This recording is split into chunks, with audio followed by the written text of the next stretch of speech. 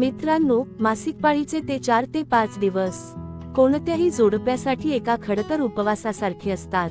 या दिवसांत स्त्रीच्या शरीराची होणारी चिडचिड आणि पुरुषाच्या मनात साठलेली तीव्र कामेच्छा, शृंगाराची ही भूक मासिक पाळी संपताच अगदी शिखरावर पोहोचलेली असते. पाळी संपल्यानंतर बेडवर पुन्हा एकदा तोच रसरशीत एकांत अनुभवण्यासाठी पुरुष प्रचंड उत्सुक असतात. पण मित्रांनो, मासिक पाळी संपल्यानंतर लगेच जेव्हा तुम्ही संभोगासाठी पुढे जाता, तेव्हा केवळ तुमची इच्छा महत्त्वाची नसते.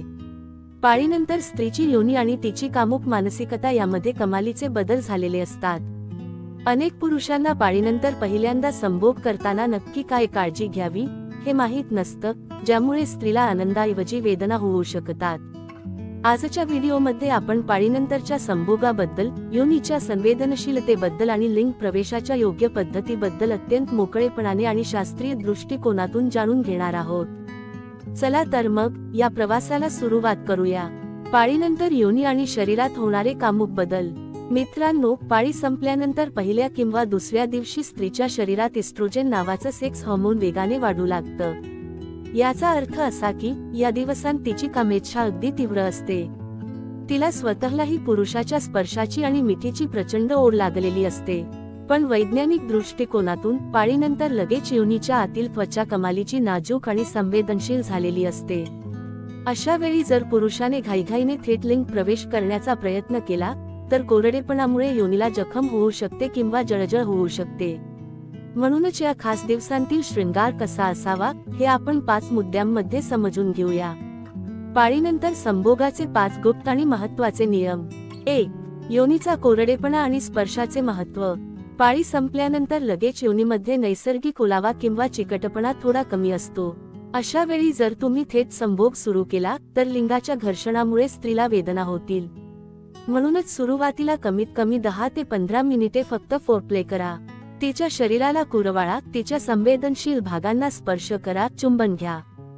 जेव्हा ती पूर्णपणे शहारून जाईल आणि तिच्या योनीतून नैसर्गिकरित्या कामरस स्रवू लागेल, तेव्हा तुम्ही योनीला बोटाने स्पर्श करून तो कामरस शिस्निका, क्लिटरस व योनीच्या लघुभगोष्ठ, बाह्यभगोष्ठावर बोटाने पसरावा. याच्याने स्त्री खूपच उत्तेजित होईल व योनीमध्ये लिंग प्रवेश खूपच सोपा होईल आणि दोघांना मिळणारा आनंद खूपच वाढेल. 2. हळूवार लिंगाचा प्रवेश. पाळीनंतरच्या पहिल्या संभोगात तुमच्या लिंगाची हालचाल अत्यंत संथ आणि हळूवार असली पाहिजे. थेट वेगाने घर्षण करण्याऐवजी लिंगाचे टोक योनीच्या प्रवेशद्वाराला हलकेच स्पर्श करत आत सरकवा.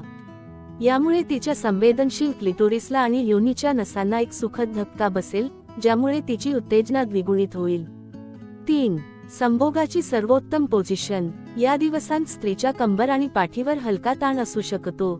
म्हणूनच अशा पोझिशनचा वापर करा जिथे संपूर्ण नियंत्रण स्त्रीच्या हातात असेल किंवा पुरुषाचे वजन तिच्यावर येणार नाही.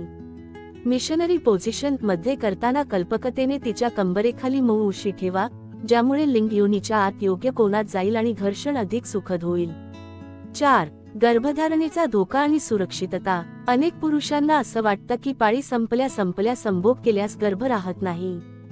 पण मित्रांनो, जर स्त्रीची मासिक पाळीची सायकल लहान असेल तर पाळीनंतर लगेच केलेल्या संभोगामुळे गर्भ राहण्याची शक्यता असते. जर तुम्हाला मूल नको असेल तर लिंग योनीत घालण्यापूर्वी कॉन्डमचा वापर नक्की करा किंवा वीर्यस्खलन योनीच्या पूर्णपणे बाहेर करा. 5. इन्फेक्शनचा संसर्गाचा धोका. पाळीनंतर योनीचा मार्ग काहीसा मोकळा आणि नाजूक असतो, ज्यामुळे बॅक्टेरियल इन्फेक्शन होण्याचा धोका जास्त असतो.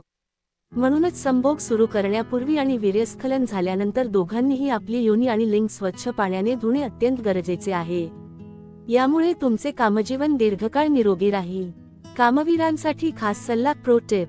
मित्रांनो, पाळीनंतरची पहिली रात्र ही तुमच्यातील साठलेली वासना शांत करण्याची असते, पण त्यात घाई न करता संयम ठेवा. सुरुवातीलाच अतिउत्साहात वीर्यस्खलन होऊ देऊ नका. संभोगाचा वेळ किमान 15 ते 20 मिनिटे टिकवून ठेवा, जेणेकरून तुमच्या लिंगाच्या प्रत्येक स्ट्रोकसोबत तिची योनी तृप्त होईल आणि तिलाही परमोच्च सुखाचा स्वर्गीय आनंद मिळेल. तर मित्रांनो, पाळीनंतरचा शृंगार हा जोडप्याला अजून जवळ आणतो. फक्त योग्य काळजी घेऊन केलेला संभोग तुमच्या नात्यातील गोडवा आणि शरीराची ओढ अधिक वाढवतो. हा माहितीपूर्ण व्हिडिओ तुम्हाला कसा वाटला ते कमेंटमध्ये नक्की सांगा. व्हिडिओला नक्की लाईक करा, तुमच्या मित्रांसोबत शेअर करा आणि आपल्या हक्काच्या निरोगी कामजीवन चॅनेलला सबस्क्राईब करायला विसरू नका. पुन्हा भेटू अशाच एका उत्कट विषयासह. तोपर्यंत प्रेमाचा आनंद घेत रहा. स्वस्थ रहा, सुखी रहा. धन्यवाद.